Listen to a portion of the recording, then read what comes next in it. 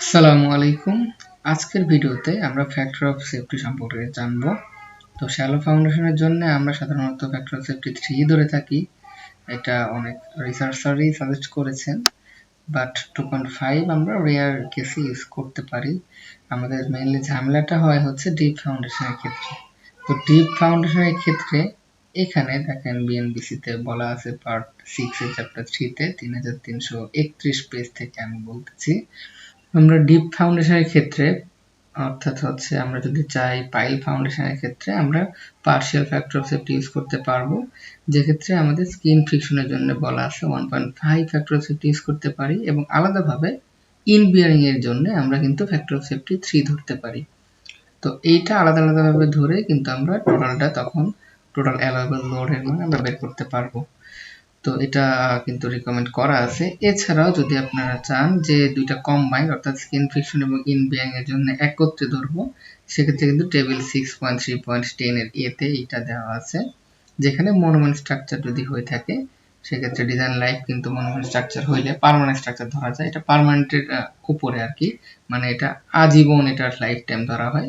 তো সেক্ষেত্রে এটার 100 বছরের উপরে কিন্তু এটা ডিজাইন লাইফ।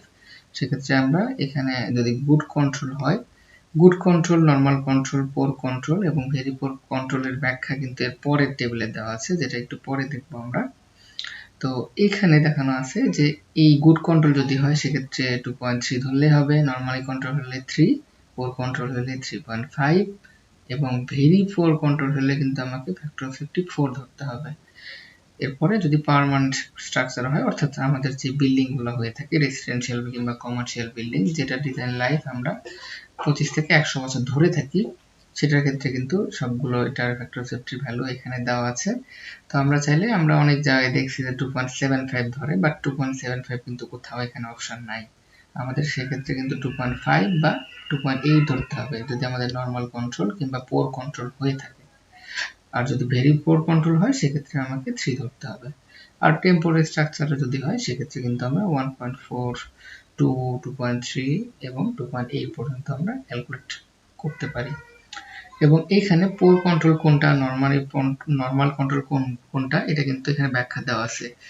গুড কন্ট্রোল তখনই হবে যখন আমাদের এইখানে সবগুলো ক্রাইটেরিয়া আমাদের ফুলফিল করবে, অর্থাৎ প্রপার সয়েল ইনভেস্টিগেশন হয়েছে, প্রপার রিভিউ হয়েছে, এবং এখানে ফাউন্ডেশনের ইঞ্জিনিয়ার কাজ করেছেন, এবং এরপরে লোড টেস্ট ডাটাটা ক্যালকুলেশন করা হয়েছে, এবং কন্ট্রাক্টরটার একটা কোয়ালিফিকেশন আছে, এবং এখানে যে আমাদের ইকুইপমেন্টগুলো ইউজ করা হবে সেটা প্রপার কনস্ট্রাকশন ইকুইপমেন্ট হবে, এবং এখানে আমাদের প্রত্যেকটার জন্য মেইনটেনেন্সটা যদি সুন্দরভাবে হয়।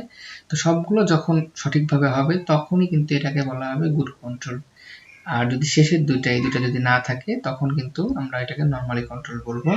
শেষের তিনটা যদি আমাদের কন্ট্রাক্টর থেকে এই তিনটাই যদি না হয় সেক্ষেত্রে পোর কন্ট্রোল হবে, এবং এই লোড টেস্ট ডাটা থেকে শুরু করে এই চারটাই যদি আমাদের কন্ট্রোল না হয়, অর্থাৎ এই চারটা যদি আমরা না পাই সেক্ষেত্রে কিন্তু ভেরি পোর কন্ট্রোল হবে।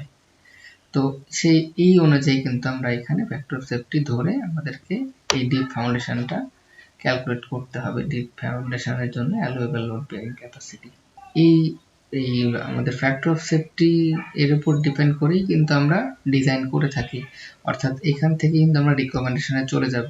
তো এই জন্য এখানে ফ্যাক্টর অফ সেফটি ধরাটা খুব গুরুত্বপূর্ণ, এবং এর সাথে কিন্তু ডিপেন্ড করে আমাকে রিকমেন্ডেশনটা দিতে হবে। তো এই জন্য এটা একটু খুব ভালোভাবে দেখার অনুরোধ থাকলো। তো ঠিক আছে, সবাই ভালো থাকবেন, ধন্যবাদ।